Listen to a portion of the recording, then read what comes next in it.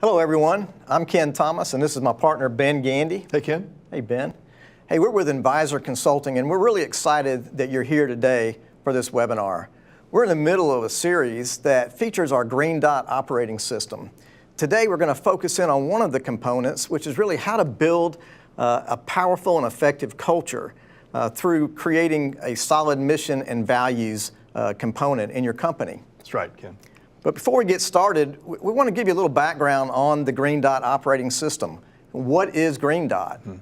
And the way we came up with GreenDot is Ben and I have spent many years in the industry, and through our experience owning and operating successful companies and being able to look inside and under the hood of some of the finest landscape companies in the country, we've been able to develop and implement a set of best practices, a formula of success, if you will, that we've actually documented.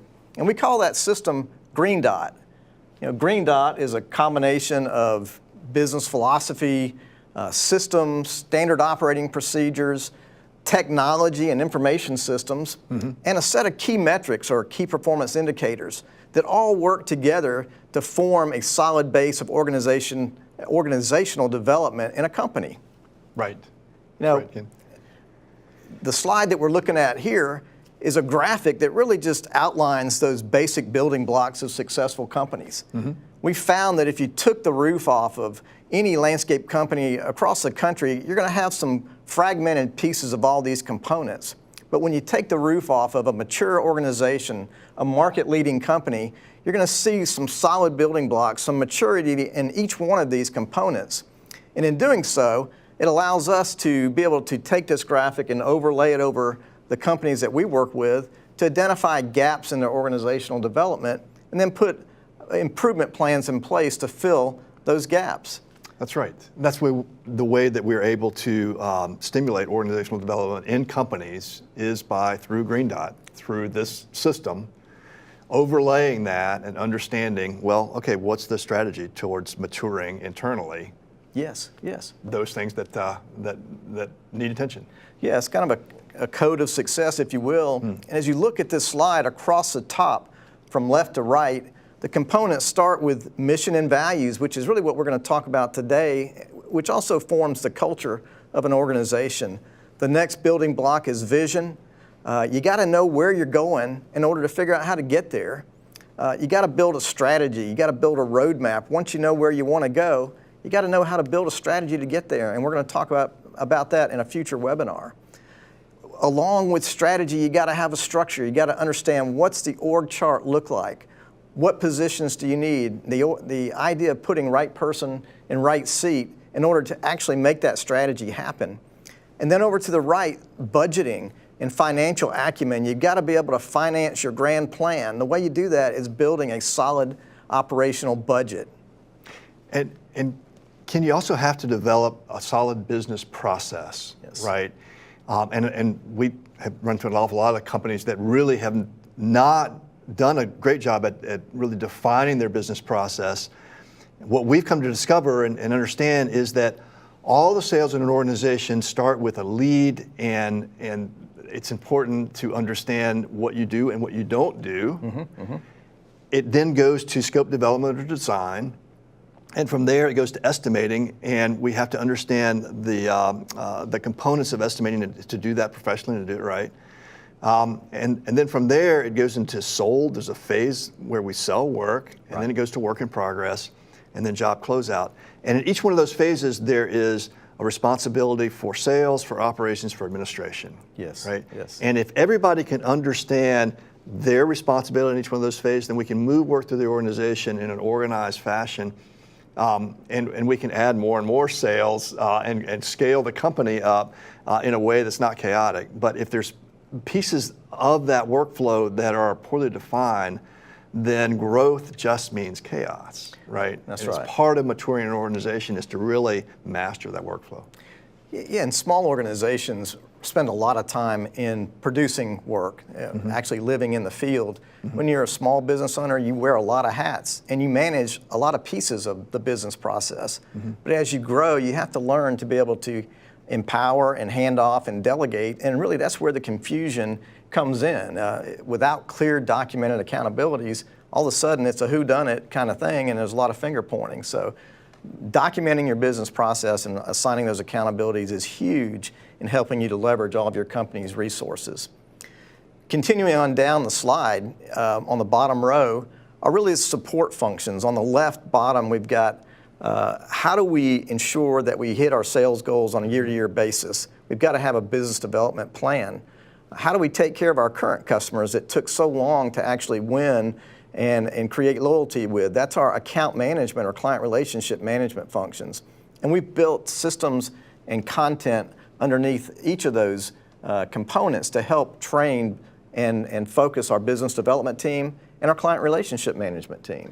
That's right. And we also have to have operational inputs as well.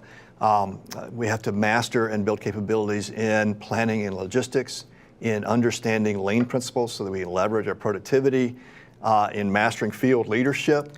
And finally, we got to measure it all, right? That's and right. We got to have metrics, key KPIs, key performance indicators in place to keep us on track. Yeah, absolutely, absolutely.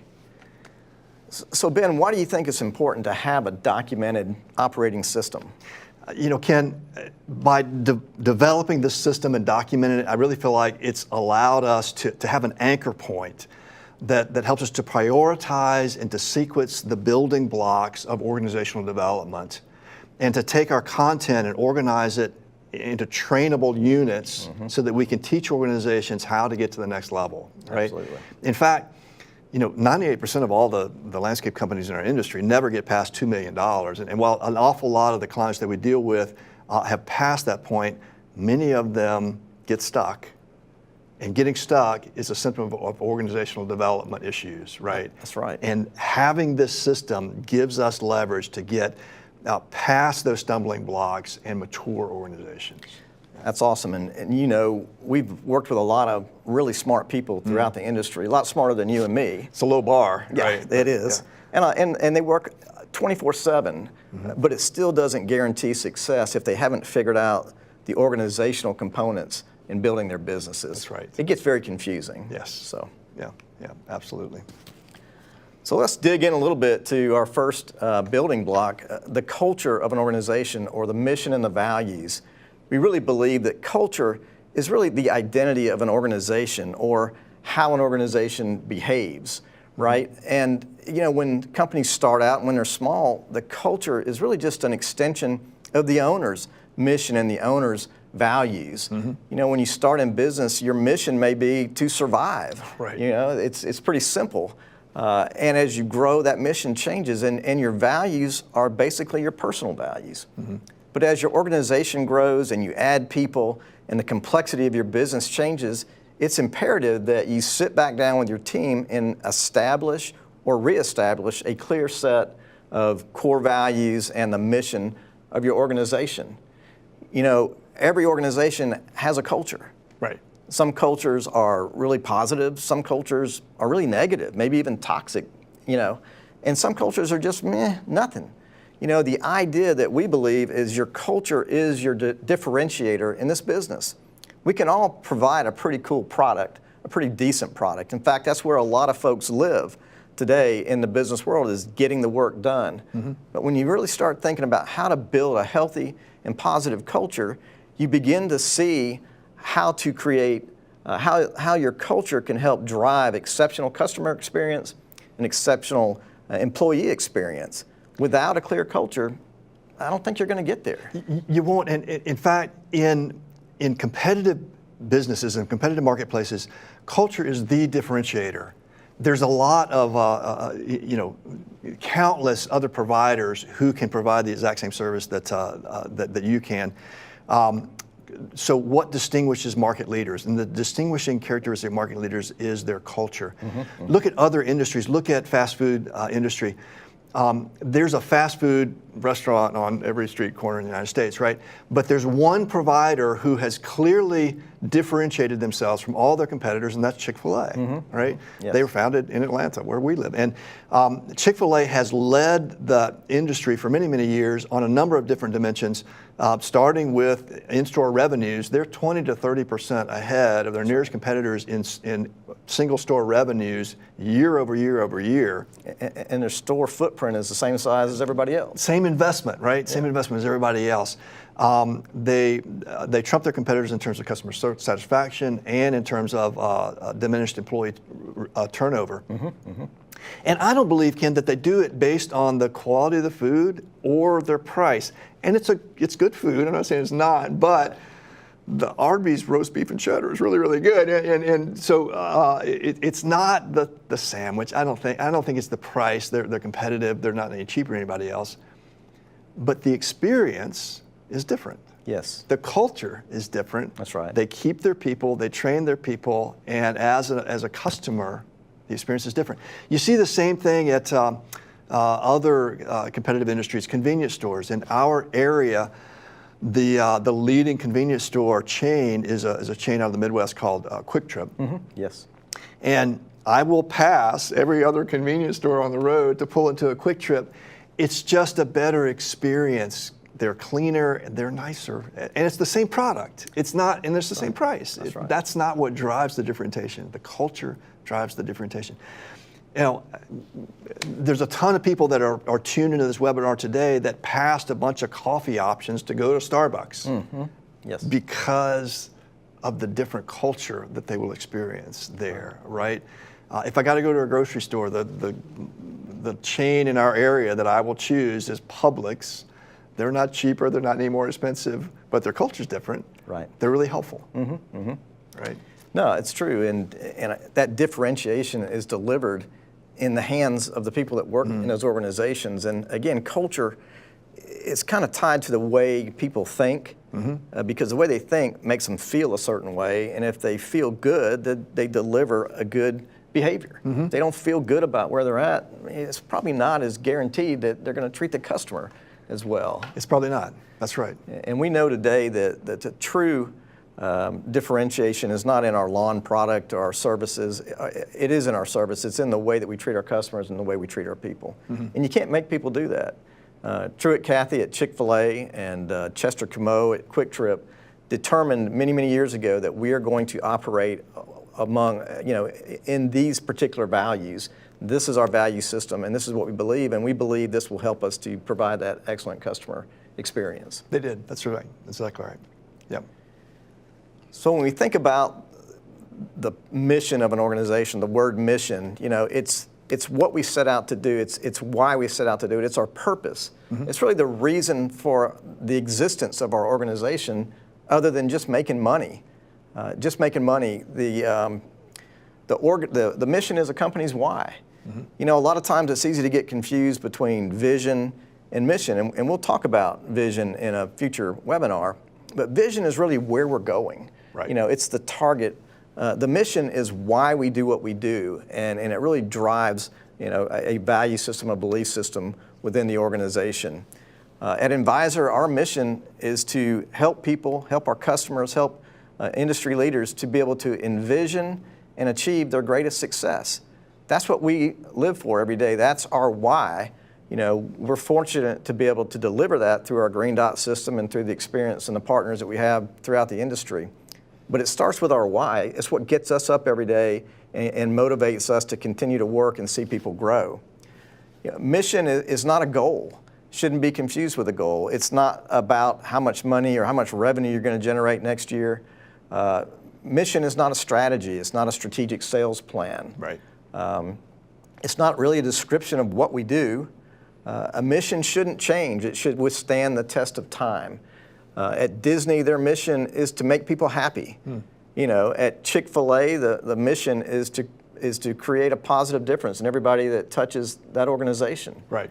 Those noble missions are ideas that your team can rally around, that give you inspiration on a day-to-day basis. Our industry is very unique in that we're blessed to be able to go out every day and provide beautiful landscaping products and create beautiful environments. The reason that we're able to do that is because it makes people feel good. That's why they buy landscaping. If it didn't make people feel good, if it didn't provide value, they wouldn't buy it. So we're very blessed to be able to have a mission of making people feel good in our industry. That's right. The other thing about mission, it's it's an idea that's never really achieved fully in any organization. You never completely fulfill your mission. With us, we have, I think, enriched a lot of landscape companies' lives, but we still have a lot more to do. We continue to want to see our companies reach their full potential. Exactly. Yes. Yeah. You know, core values are the second piece of culture. Mm-hmm. We have mission, we have core values, or guiding principles. You know, the guiding principles, when we think about an organization, are kind of the character of the organization. You know, we think of character in people. And when we define character in people, what are some of the words that surround that? You know, you think about integrity or empathy or humility or competitiveness. Things like that represent character, I think. That's right, that's right. And within an organization, there are words and phrases that also represent ideal character or ideal value systems within an organization.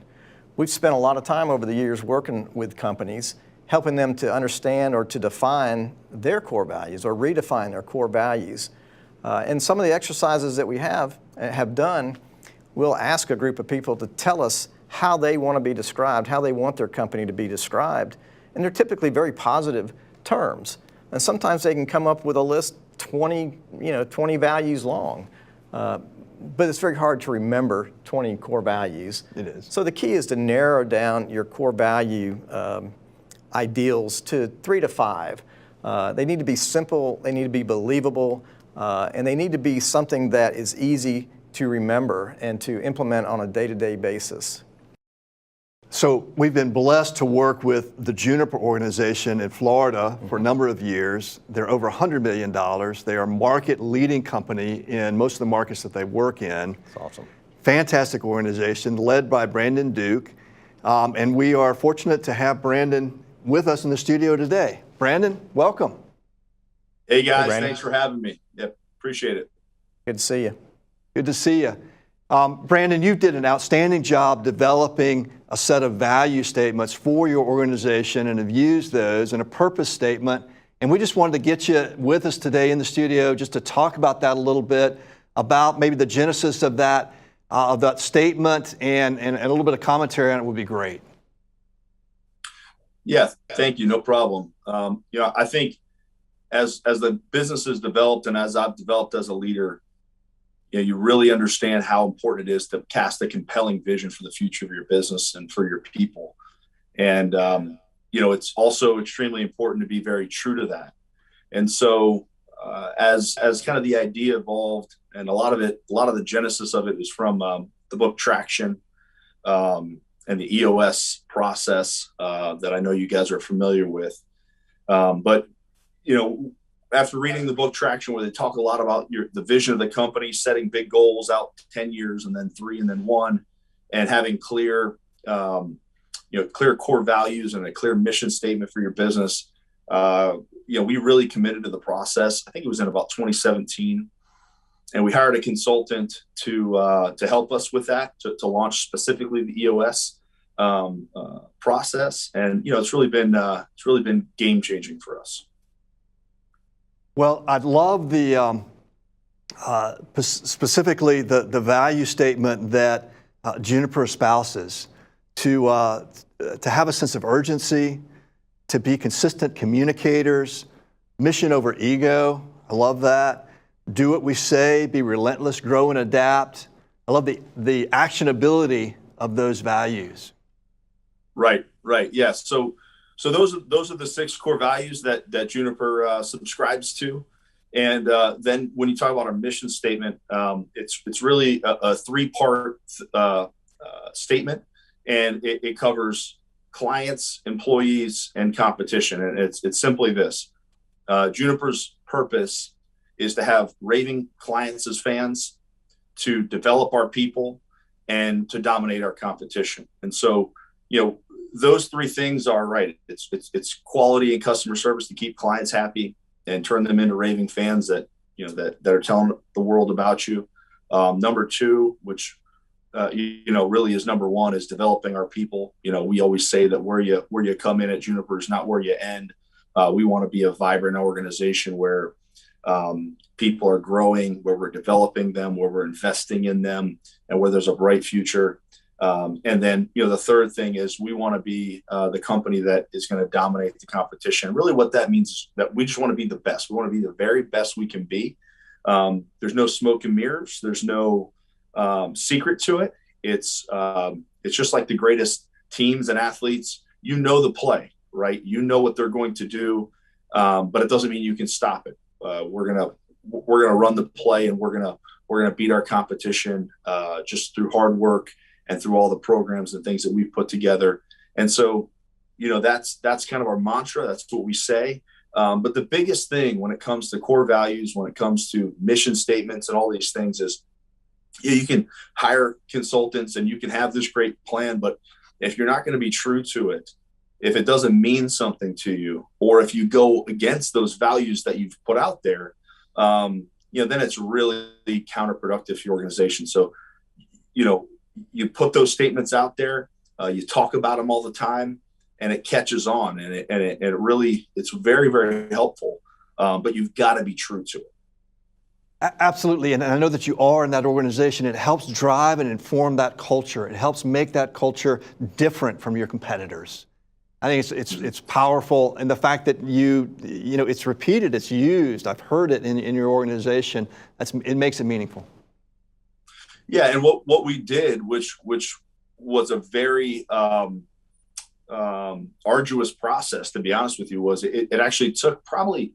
It may have taken 2 years to fully implement. And what we did was we sat down with consultants, guys like yourself, and we said, we put our executive team in a room and we said, what is it that makes the best employees on your team successful? And you really boil it down to these set of values that if you can do these things, if you can be successful like this, if you could get, one of the questions is if you had, pick one of your best employees, and if you had 100 of them, what could you accomplish, right? And then you boil it down to what are the attributes that are making them successful and that are making the best people in your organization successful. And that's what we boiled down into our core values, those 6 core values that you mentioned. And when you follow that and you hire on it, you fire on it, you promote on it, it becomes an extremely powerful tool. And, as an example, one of the companies, not our core value, but one of the companies that we studied, one of their core values was no jerks, right? Life's too short to work with jerks. So we're going to have a standard as a company of no jerks. Well, you may have to make some really hard choices if you put that stand out there, right? Your most talented guy, he might be a jerk, but your culture will erode if you don't honor those core values. So you may have to make some hard decisions. You may have to part ways with people that don't fit within that culture, fit within that value system. But man, once you start carving down a team that all subscribes to that, and then you make it a prerequisite for hiring when you bring people in, it's a very, very powerful thing. That's awesome. Hey, very well said. Hey, Brandon, this sounds fantastic. It sounds like you're really doing a great job. How do you make it real every day out to the front lines? I mean, what is your methodology, to push that belief system out as far as you can? Well, again, I think the number one thing is it can't be hokey. It can't be, stuff that people really can't get behind. That's why when you look at our core values, things like mission over ego, things like constant communicator, relentless, grow and adapt. I mean, these are not your typical honesty, quality. Those things are prerequisites for working at any organization, right? That cares. I mean, if you're a dishonest person, nobody wants you on your team, right? So we felt like those are the ground floor, and we want to build specifics about our organization above that, right? And so you have to be authentic about it. You as a leadership team have to honor it. And when you do that, then it can spread through the organization. And the other thing you have to do is it can't be a once a year thing. You talk about it. You've got to talk about it on a regular basis. You have to hire on it, you have to fire on it, you have to evaluate people. So in our annual reviews, we use the EOS review system, which goes, you get rated on the core values. So that's another aspect of it is, we build it into the systems, and then we do a weekly L10 throughout the organization, which is a specific meeting with a specific agenda every week and certain KPIs. And we've actually adjusted it from the traditional EOS a bit to throw in core values, because we want people discussing them on a weekly basis. So, and we've got some teams that are doing it better than others, and some groups that are more bought in than others. But consistency, making it important, not making it fluff, are all really important aspects. That's great. It's awesome. That's good stuff. Brandon, thank you so much for joining us today. That's powerful. Really appreciate working with you and appreciate hearing your perspective on that. I think it's going to mean a lot to people. Thank you. Yeah. And if I could just say one other thing as it relates to, employees and culture and all that. I mean, all of us leaders are in a talent war, and it's our jobs to cast a compelling vision for the future of our organization. So getting your core values and getting your mission statement really, solidified will allow you to give that vision to employees that they can get behind, because there are a lot of options. But, if you can be a growing, vibrant organization that knows your core values, you can really succeed with employees for sure. That's awesome. That's perfect. Fantastic. Great way to close it out. Well, thanks for having me, guys. I appreciate the opportunity. And I talked a little bit about the EOS consultants, but Ben and his team have really helped us a ton. We're thankful to have the Envisor guys as part of the Juniper team. Brandon, thank you so much for joining us today. It's a pleasure to have you here. Thanks for the commentary. Really, really great. It's good to have Brandon with us. Awesome. Brandon is such a great example of a leader. Number one,